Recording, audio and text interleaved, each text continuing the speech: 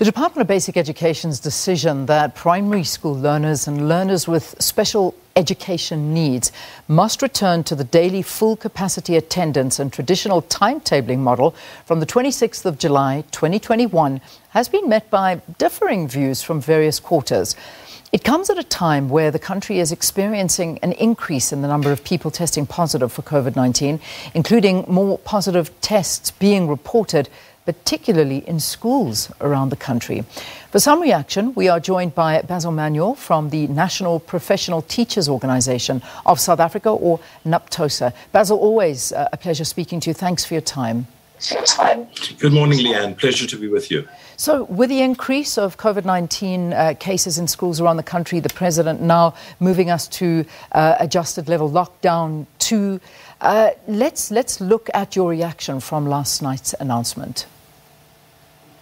Leanne, obviously a mixed reaction, simply because we identify with what the experts are telling us, both educational and science experts, that primary school children are not necessarily very infected or infectious. On the other hand, the mental health of teachers, given the change in the alert level, and given people with comorbidities, these things seem to be at odds with one another. So we've got to try and find a balance, but we are painfully aware from the very same teachers, the stories about how many learners have just not mastered the basics, such as reading. By grade 2, we're sitting with a cohort of kids that can hardly read. And by the end of grade 1, they should have mastered certain things.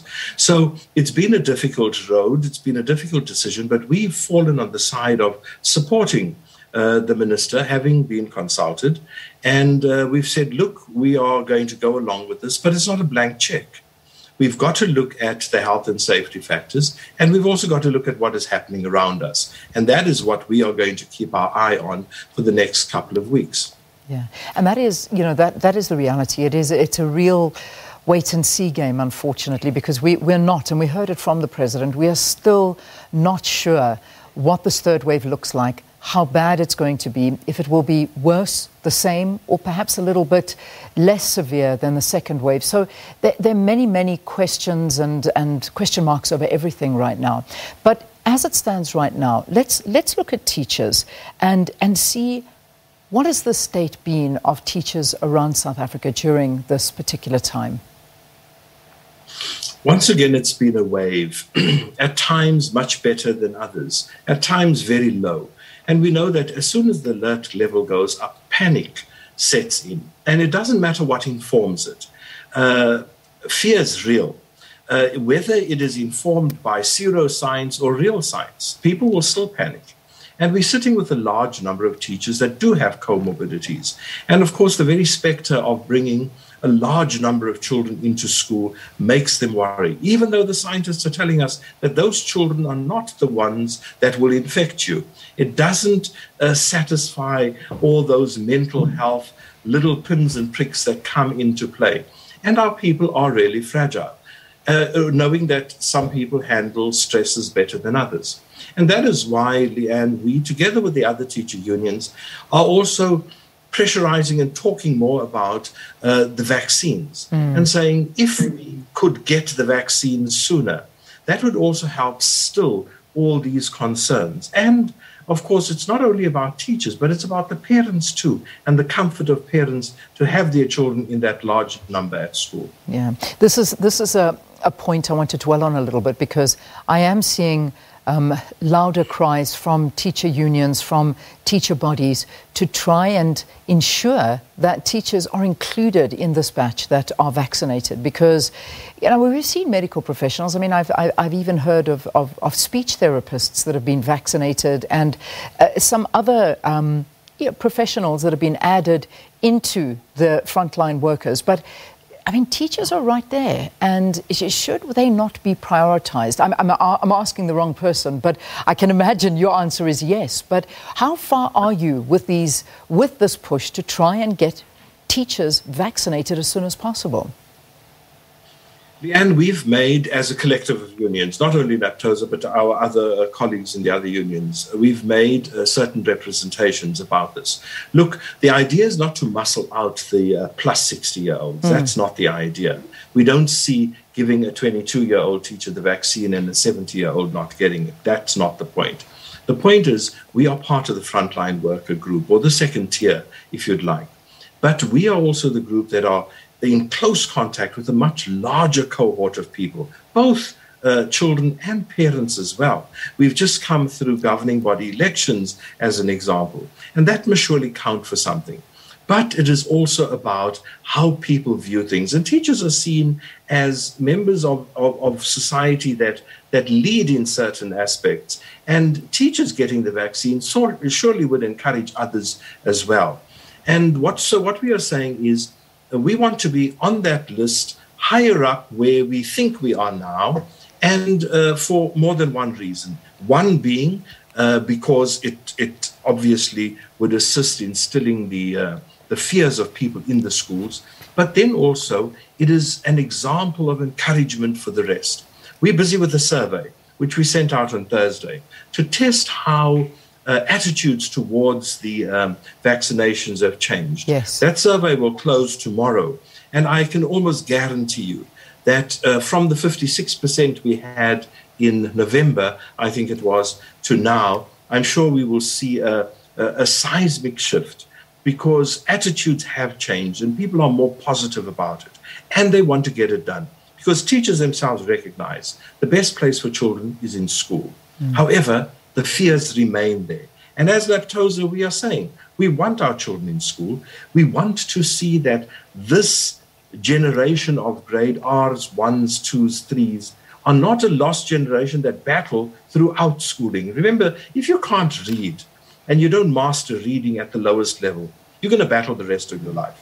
And so we want to get that sorted. But to do that, there are a number of other knock-ons that must happen as well. Yeah, indeed. I mean, the formative years are just so important. We can never, ever emphasize that enough. I mean, this affects you for the rest of your life. And the problem is that we've seen these children alternating sitting at school, and I think sitting at home, you're painting a good picture of how far they have actually fallen behind, and it's a big worry.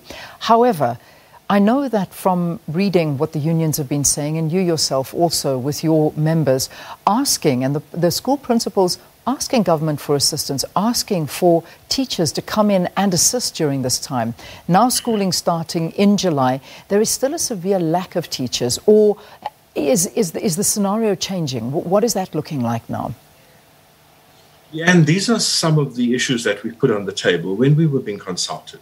Besides the PPEs and the delivery and the manual effect, not the Basil, the other manual effect of 1,000 children coming into school and having to be scanned, and how the schools are going to deal with that. But we also had to speak about teachers. Have the teachers been replaced? And we certainly know in certain provinces it has been less successful than in others, where it has been tardy, primarily because we've had this 50% attendance, and I think it was almost a money-saving exercise where you didn't need to appoint because there were people. However, it's a fallacy. Some of those people could not teach the subjects that they were demanded to teach. But now, with the full cohort of kids back, we need every teacher there. But we also need greater assistance with things like the mass scanning of kids, 1,000, some schools 1,500.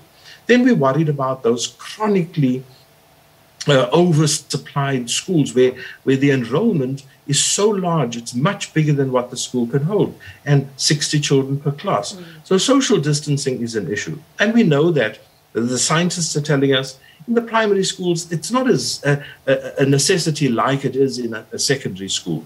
But still, we mustn't unteach the things we want children to take home. So we don't want a message going home to say social distancing is not important.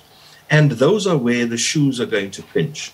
But it's a wait-and-see game. We're going to try our level best. We've said to our members that we've got from now till the 26th of June to try and work out all the kinks. And kinks there will be. But we've got to look at this in the most positive light, notwithstanding the change in the alert level. Yeah, I mean, I'm looking at some of the figures that were released from just one province, and we know that the Northern Cape are currently battling with the third wave of COVID-19, and it's a great worry. I mean, I'm reading that in the past week, 264 new COVID-19 cases have just been detected in Northern Cape schools alone. There's been a closure of 79 schools in the province for decontamination, 18 still remaining closed as we speak to each other right now. And it's a great concern that there seems to be rising cases in schools. I know that it was widely welcomed that contact sport was ending, and that was a big problem when schools went back and contact sport was allowed. That's been stopped now. But we're finding more and more, and I want to pick this up tomorrow, hopefully, with the National Institute of Communicable Diseases, how the infection amongst children this time around is really something of an alarm. Are you noticing this as well, that more and more children are being infected? And on two levels. At first, the secondary schools or the high schools. There, of course, high school kids are young adults and they pick up COVID exactly in the same way. They are more sociable, they get around more, and it's not surprising. The sport issue is an if and maybe, because, everybody can tell you that nobody can prove where it happened. But when there's a large group of people, we know that the chances are much greater.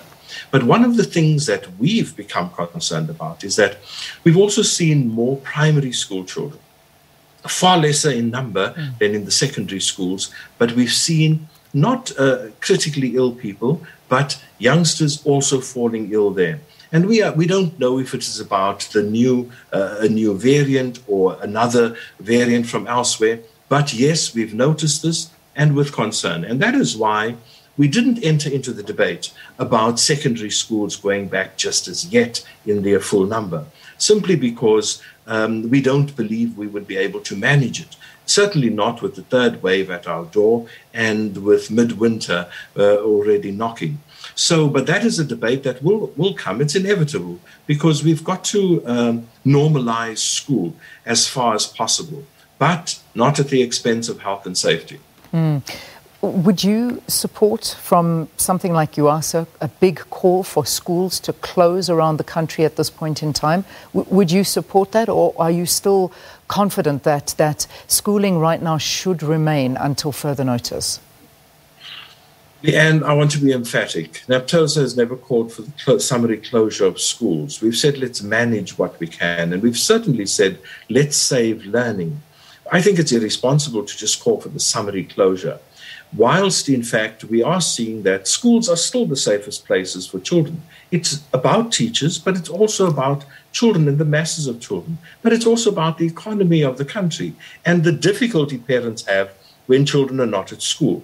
We are saying we don't believe we are there yet. However, we will be informed by science and the experts that we constantly in communication with, and we listen to what they are saying.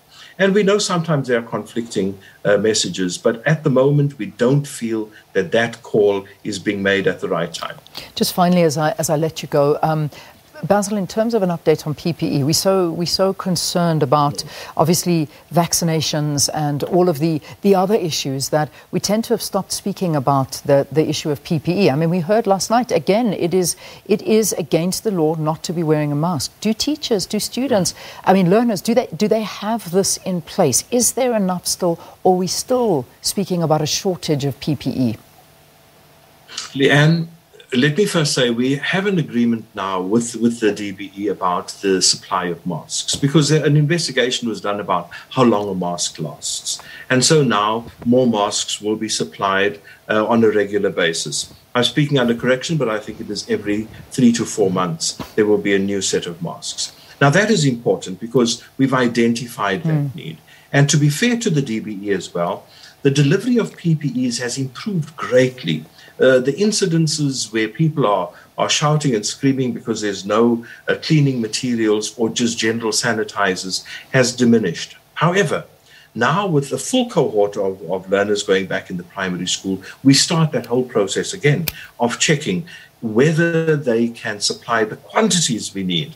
We know that they've managed and the system seems to have improved. But now with greater quantities, are we going to have the same problems? So yes, it's an ongoing thing. We never let our guard down there. And as soon as we hear of a school where there's a problem, I must say the departments in the various provinces have reacted speedily. But it's also one where you've got to be at it all the time. Otherwise, it falls apart. Basil, it is such a pleasure speaking to you as always. Basil Manuel, he's the Executive Director of the National Professional Teachers Organisation of South Africa. Just concerns talking to the teachers, schools around the country as we enter into level 2 lockdown, and schools, particularly primary schools, expected to now go back full-time from July. That's towards the end of July. So that's what the content was all about. All right.